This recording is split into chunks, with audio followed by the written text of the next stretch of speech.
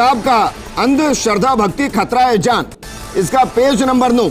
इस पर लिखा है नौकरी, रोजगार, संतान एवं धन प्राप्ति के लिए अर्जन करना आदि आदि तथा शिव जी के लिंग ब्रैकेट में अंग्रेजी में प्राइवेट पार्ट, हिंदी में यानी गुप्तांग का पूजा करना, यह लिखा है इसमें। आगे क्या लिखा है, उस लिंग पर दूध डालना, उसके ऊपर तांबे या पीतल का स्टैंड रखकर तांबे या पीतल का घड़ा और उसके नीचे तली में बारीक छेद करके पानी से भरकर रखना, जिससे लगातार लिंग के ऊपर शीतल जल की धारा गिरती रहे, यह मूर्ति पूजा है। उन्होंने शिवलिंग को गुप्तांग बताया और यह किताब में साफ साफ लिखा और यह किताब धड़ल्ले से बिक रही है। अब इसके पेज नंबर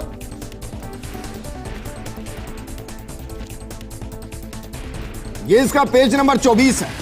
इस पे क्या लिखा है, वो पत्थर की देवी या देव कुछ भी मदद ना तेरी ना तेरे बच्चों की कर सकते हैं, ये आपका भ्रम है। यानी कि जो आप मंदिरों में जाते हैं उन्हें इन्होंने पत्थर की देवी, पत्थर का देवता बता दिया है और कह दिया है कि वो आपकी कोई सहायता नहीं कर सकते। ये ज्ञान, मैं कहूंगा ज्ञान। इसमें क्या लिखा है, जरा इसका सिर्फ एक पैरा मैं पढ़ रहा हूं, इसका पेज नंबर 24 और उसके आगे पेज नंबर 25 पर क्या लिखा है। लिखा है काल ब्रह्म ने प्रकृति यानी दुर्गा से कहा कि अब मेरा कौन क्या बिगाड़ेगा। यह अहंकार से भरा हुआ स्वरूप, मनमानी करूंगा। प्रकृति ने फिर प्रार्थना की कि आप कुछ तो शर्म करो, प्रथम तो आप मेरे बड़े भाई हो, क्योंकि उसी पूर्ण परमात्मा की वचन शक्ति से आपकी अंडे से उत्पत्ति हुई और बाद में मेरी उत्पत्ति उसी परमेश्वर के वचन से हुई। इसके आगे क्या लिखा हुआ है, इसके आगे लिखा हुआ है कि मेरे पास पिता की प्रदान की हुई शक्ति है, जितने प्राणी आप कहोगे मैं वचन से उत्पन्न कर दूंगी।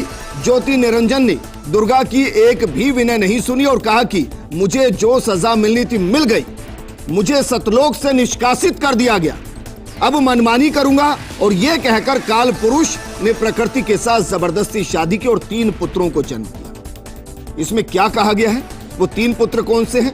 वो 3 पुत्र हैं ब्रह्मा जी, विष्णु जी और शंकर जी की उत्पत्ति। आगे क्या लिखा है, जवान होने तक तीनों पुत्रों को दुर्गा के द्वारा अचेत करवा दिया गया और फिर युवा होने पर श्री ब्रह्मा जी को कमल के फूल पर, विष्णु जी को शेषनाग की शैया पर और शिव जी को कैलाश पर्वत पर सचेत करके इकट्ठा कर दिया गया। और ऐसा ना जाने कितना अज्ञानता है, कितना संक्रमण है, कितना जहर इन किताबों के अंदर है जो खुलेआम मिल रहा है। ये हैं फर्स्ट इंडिया न्यूज चैनल के एंकर विजेंद्र सोलंकी जी, जिनका मानना है कि ब्रह्मा विष्णु महेश के माता पिता नहीं हैं, जबकि इन्होंने शास्त्रों को अच्छे से पढ़ा नहीं है और संत रामपाल जी महाराज के ज्ञान को संक्रमण बता रहे हैं। संत रामपाल जी महाराज ने किस शास्त्र का हवाला दिया है वो भी आपको बताएंगे और ये भी आपको बता देते हैं जिस शास्त्र का हवाला संत रामपाल जी महाराज ने दिया है वो आप सभी के घरों में रखी है और आप उसको पढ़ते भी हैं। तो देखिए ब्रह्मा विष्णु महेश के माता पिता हैं या नहीं, देखिए ये प्रमाण।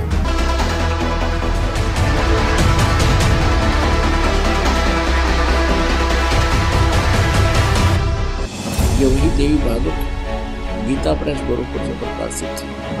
संपादक हनुमान प्रसाद पोदार, 4,00,000 और देखना 123 पृष्ठ पे 3रा स्कंद 123 पृष्ठ पे विष्णु जी अपनी माता दुर्गा की महिमा गा रहे हैं और अपनी सतीथि बता रहे हैं। तुम शुद्ध स्वरूपा हो, ये सारा संसार तुम्ही से उद्भासित हो रहा है। मैं ब्रह्मा विष्णु, मैं माने विष्णु ब्रह्मा और शंकर, हम सभी तुम्हारी कृपा से विद्यमान हैं। हमारा आविर्भाव मन जन्म, तिरोभाव मन मृत्यु हुआ करता है। केवल तुम ही नित्य हो, जगत जननी हो, प्रकृति और सनातनी देवी हो। ये प्रकृति शब्द भी याद रखना, आपका गीता जी में काम आएगा। जो 14 में अध्याय में दास आपको बताएगा कि प्रकृति से उत्पन्न तीनों गुण ये जीव को कर्मानुसार फंसाए रखते हैं। प्रकृति माने दुर्गा, 14 में अध्याय के 3, 4, 5 श्लोक में लिखा कि प्रकृति मेरी पत्नी है, मैं पति हूँ उसका, इसके पेट में जीव स्थापित करता हूँ, जिससे शक्तियों की उत्पत्ति होती है। विष्णु जी कह रहे हैं कि मैं ब्रह्मा और शंकर हम सभी तुम्हारी कृपा से विद्यमान है। हमारा आविर्भाव मन जन्म, तिरोभाव मन मृत्यु हुआ करता है। केवल तुम ही नित्य हो, जगत करनी हो, प्रकृति हो। इसी का समर्थन भगवान शंकर कहते हैं। भगवान शंकर बोले, देवी यदि महाभाग विष्णु तुम्ही से प्रकट हुए हैं या उत्पन्न हुए हैं, तो उनके बाद उत्पन्न होने वाले ब्रह्मा भी तुम्हारी बात है। फिर मैं तुमको लीला करने वाला शंकर क्या तुम्हारी संतान नहीं हुआ? इति सिद्धम ब्रह्मा विष्णु महेश नासवान है, दुर्गा इनकी माता है।